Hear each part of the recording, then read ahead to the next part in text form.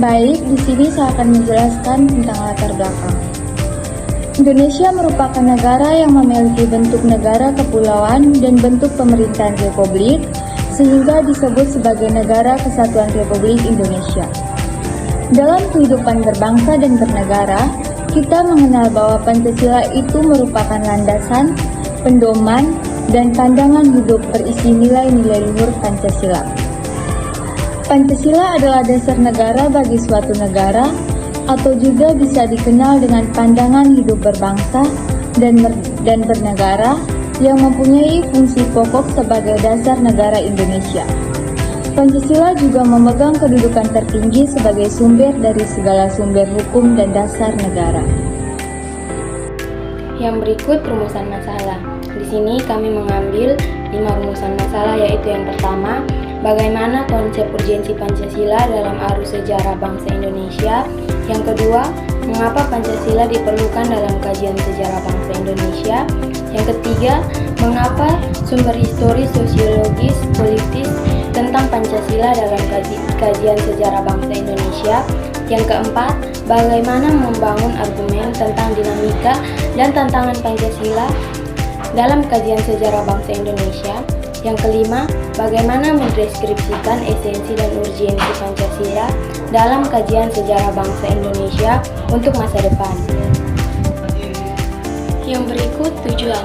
Tujuan yang pertama, untuk mengetahui konsep urgensi Pancasila dalam arus sejarah bangsa Indonesia. Tujuan yang kedua, untuk memahami Pancasila diperlukan dalam kajian sejarah bangsa Indonesia. Tujuan yang ketiga, untuk mengatasi historis, sosiologis, politis tentang Pancasila dalam kajian sejarah bangsa Indonesia. Yang keempat, untuk memahami cara membangun argumen tentang dinamika dan tantangan Pancasila dalam kajian sejarah bangsa Indonesia. Dan yang terakhir, untuk mengetahui cara mendeskripsikan esensi dan urgensi Pancasila dalam kajian sejarah bangsa Indonesia untuk masa depan. Baik, saya akan menjelaskan tentang konsep dan urgensi Pancasila dalam arus sejarah bangsa Indonesia. Terdapat 3 periode. Periode yang pertama, pengusulan Pancasila. Pancasila sebagai ideologi bangsa diawali dengan tumbuhnya nasionalisme yang kuat sejak perhimpunan Indonesia dan Sumpah Pemuda pada tahun 1928. BPU PKI yang dibentuk Jepang pada tanggal 29 April 1945 menggelar sidang pertama untuk membahas calon dasar negara. Insinyur Soekarno dalam pidatonya pada 1 Juni 1945 mengusulkan 5 butir dasar negara yang disebut Pancasila, yaitu nasionalisme, internasionalisme, demokrasi, kesejahteraan sosial, dan ketuhanan. Ia juga menawarkan alternatif Trisila atau sosio-nasionalisme, sosio-demokrasi, dan ketuhanan, serta eksila atau gotong royong. Yang kedua, periode perumusan Pancasila, di mana setelah menerima berbagai usulan pada sidang pertama, BPU PKI melanjutkan pembahasan dalam sidang kedua, di mana pada tanggal 10 sampai 16 Juni 1945. Sidang ini menghasilkan Piagam Jakarta sebagai naskah awal pembukaan konstitusi dengan rumusan sila pertama berbunyi ketuhanan dengan kewajiban menjalankan syarat Islam bagi pemeluk-pemeluknya. Sementara itu, perubahan geopolitik dunia akibat kekalahan Jepang terhadap sekutu memberikan momentum bagi para tokoh nasional untuk mempercepat kemerdekaan Indonesia. Yang ketiga, periode pengesahan Pancasila. Pada tanggal 18 Agustus 1945, PPKI mengesahkan Pancasila sebagai dasar negara dengan perubahan pada sila pertama menjadi ketuhanan Yang Maha Esa untuk menjaga persatuan bangsa atas permintaan perwakilan Indonesia Timur. Selain itu, PPKI juga mengesahkan Undang-Undang 1945 memilih Soekarno dan Hatta sebagai presiden dan wakil presiden, serta membentuk KNIP sebagai lembaga pendukung pemerintahan. Dengan demikian, Pancasila disahkan sebagai dasar negara yang mencerminkan nilai-nilai kebangsaan, keberagaman, dan keadilan demi keutuhan bangsa.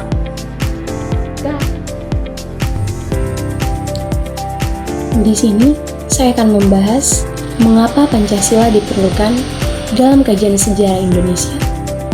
Pancasila sebagai identitas bangsa Indonesia, kebudayaan Indonesia dapat membentuk identitas suatu bangsa melalui proses, yaitu ada dua proses inkulturasi dan proses alkulturasi.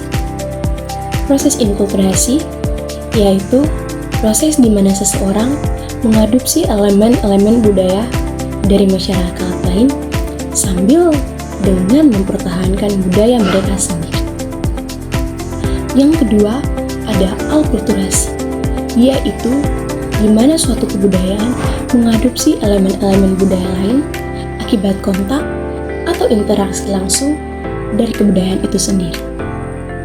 Definisi kebudayaan yaitu suatu desain untuk hidup yang merupakan sesuatu perencanaan dan sesuai dengan perencanaan dan mengadaptasikan dirinya pada lingkungan fisik, sosial, dan gagasan. Habilan juga menegaskan bahwa alkulturasi yaitu proses perubahan yang terjadi akibat dari kontak antara kebudayaan yang berlangsung lama. Yang kedua, ada Pancasila sebagai kepribadian bangsa, yang artinya di sini nilai-nilai Pancasila diwujudkan dalam sikap mental dan tingkah laku serta perbuatan kepribadian yang mengacu pada sesuatu yang unik dan khas. 5 sila juga mencerminkan kehidupan bangsa karena diangkat dari nilai-nilai kehidupan. Yang ketiga, Pancasila sebagai pandangan hidup bangsa, yang berarti di sini nilai-nilai Pancasila melekat pada kehidupan masyarakat dan dijadikan norma dalam bersikap dan bertindak. Dan yang keempat, Pancasila sebagai jiwa bangsa. Yang dimaksud di sini yaitu setiap bangsa mempunyai jiwanya masing-masing, yang dinamakan Volksgeist atau jiwa rakyat atau jiwa bangsa.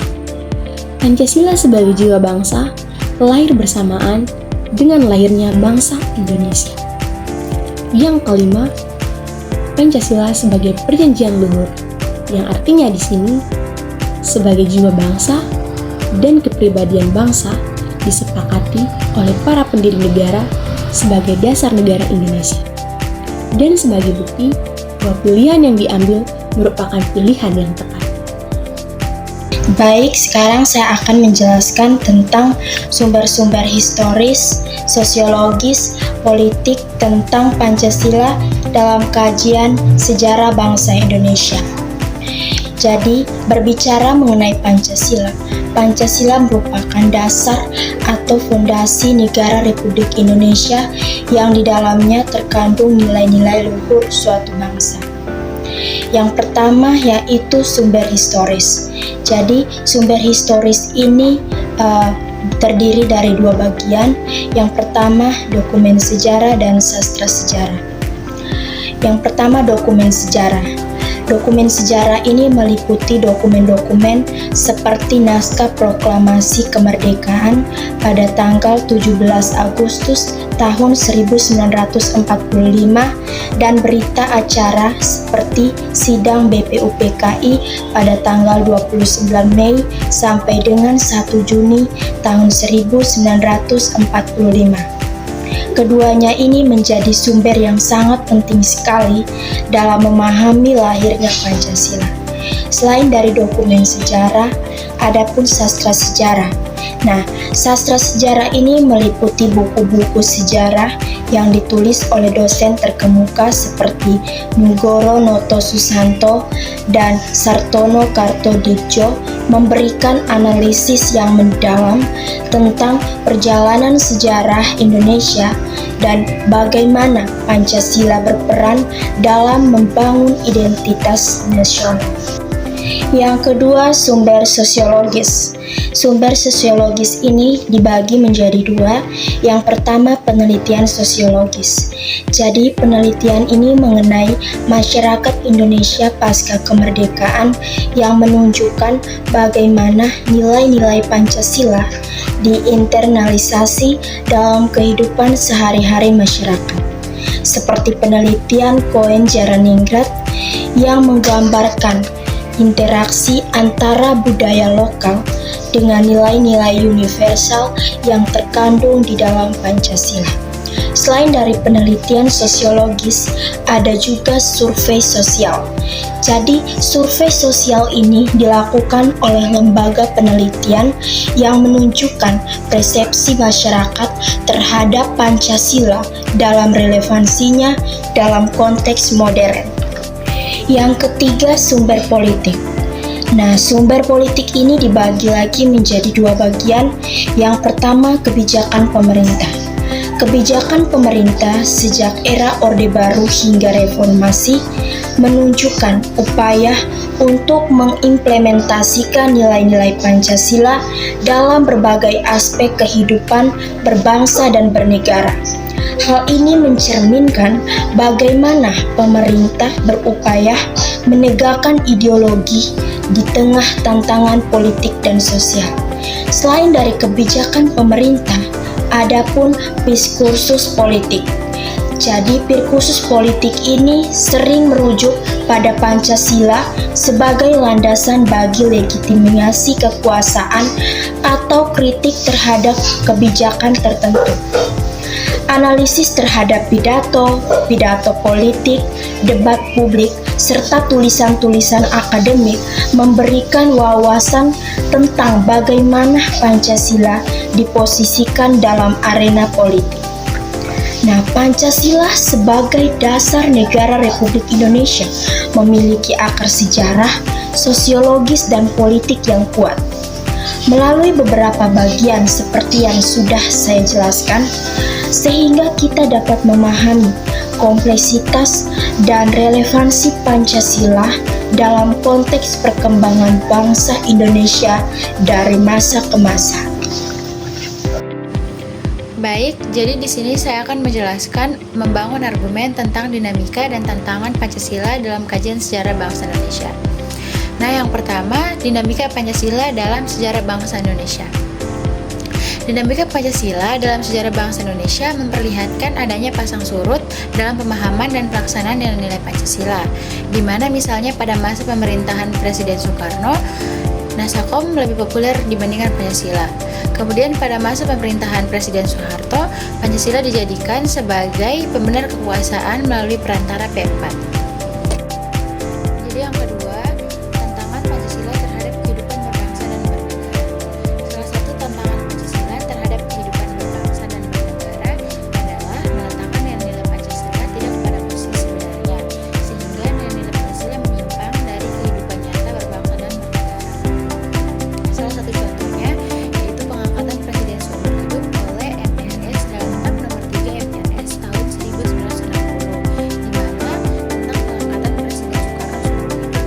Dalam hal ini bertentangan dengan Pasal Nomor 7 Undang-Undang Dasar 1945. Oke baik teman-teman, kita masuk bagian kelima yaitu mendeskripsikan esensi dan urgensi Pancasila dalam kajian sejarah bangsa Indonesia untuk masa depan.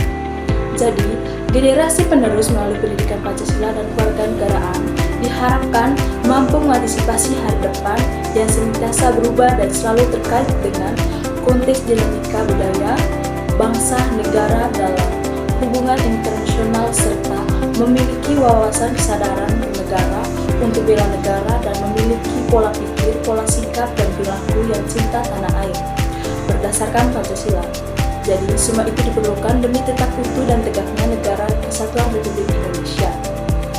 Dan tujuan utama pendidikan Pancasila dan kewarganegaraan adalah untuk menumbuhkan wawasan dan kesadaran bernegara serta sikap perilaku yang cinta tanah air, wawasan Nusantara serta ketahanan nasional dalam diri warga negara Republik Indonesia. Dan pengembangan nilai-nilai sikap dan kepribadian diperlukan pembekalan kepada peserta didik Indonesia yang diantaranya dilakukan melalui pendidikan Pancasila, pendidikan agama, ilmu sosial dasar, ilmu budaya dasar, dan ilmu alamnya dasar, atau sebagai aplikasi nilai dalam kehidupan yang disebut dengan kelompok mata kuliah pengembangan kepribadian atau yang disingkat dengan MKPK dalam komponen kurikulum perguruan tinggi. Jadi, pendidikan Pancasila dan kewarganegaraan yang berhasil akan membuahkan sikap mental yang cerdas, penuh rasa tanggung jawab dari peserta didik. Sikap ini disertai dengan perilaku yang berikut.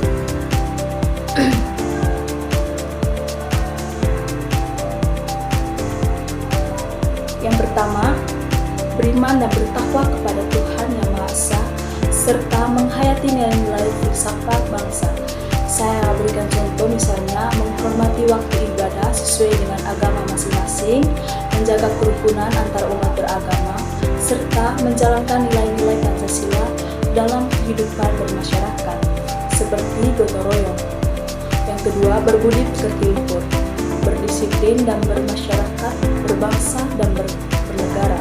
Saya mengambil contoh, misalnya membuang sampah pada tempatnya, menaati peraturan lalu lintas, menghormati sesama kita, dan turut menjaga ketertiban umum. Yang ketiga, rasional, dinamis, dan sadar akan hak dan kewajiban sebagai warga negara. Saya mengambil contoh, misalnya berpartisipasi dalam pemilu dengan menggunakan hak suara, membayar pajak tepat waktu, serta mengkritis kebijakan pemerintah secara konstruktif. Yang keempat, bersifat profesional yang dijiwai oleh kesadaran bela negara. Saya mengambil contoh, misalnya seorang guru mengajar dengan sepenuh hati untuk mencerdaskan generasi penerus, atau seorang dokter melayani pasien dengan baik tanpa memandang status sosial. Yang kelima itu aktif memanfaatkan ilmu pengetahuan teknologi dan seni untuk kepentingan kemanusiaan, kebangsaan, dan bernegara. Misalnya, saya mengambil contoh, misalnya mengembangkan teknologi ramah lingkungan untuk mengatasi perubahan iklim, atau memanfaatkan media sosial untuk menyebarkan informasi positif dan edukatif. Setiap sikap ini dapat diterapkan di berbagai bidang kehidupan untuk mendukung harmoni, kemajuan, dan keberlangsungan bangsa. Melalui pendidikan Pancasila dan kewarganegaraan, warga negara Indonesia diharapkan mampu memahami, menganalisis, dan menjawab masalah-masalah yang dihadapi oleh masyarakat, bangsa, dan negara secara konsisten dan berkesinambungan dengan cita-cita dan tujuan nasional seperti yang digariskan dalam pembukaan Undang-Undang Dasar tahun 1945. Sekian dari saya, terima kasih. Baik, kesimpulan yang dapat kami ambil yang pertama adalah Pancasila merupakan produk otentik pendiri negara Indonesia. Yang kedua, Pancasila bersumber dari nilai-nilai agama, kebudayaan, dan adat istiadat. Yang ketiga, Pancasila merupakan cara pandang untuk menilai peristiwa yang melatar belakangkan terbentuknya NKRI. Yang keempat, Pancasila menjadi acuan bagi pemerintah, pembangunan sosial, dan kehidupan masyarakat Indonesia. Dan yang kelima, Pancasila menekankan pentingnya menjaga persatuan dalam keberagamaan dan menghormati HAM. Yang keenam, Pancasila menjadi sumber nilai norma dan kaidah bagi segala peraturan hukum dan perundang-undangan di Indonesia.